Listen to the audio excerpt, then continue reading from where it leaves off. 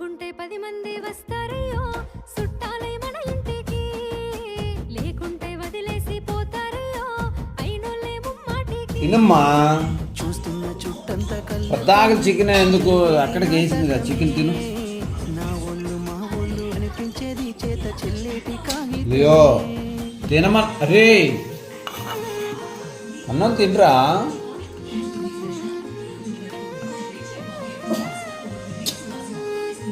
అరే అబ్బుగా నువ్వేంది నువ్వు తింటావా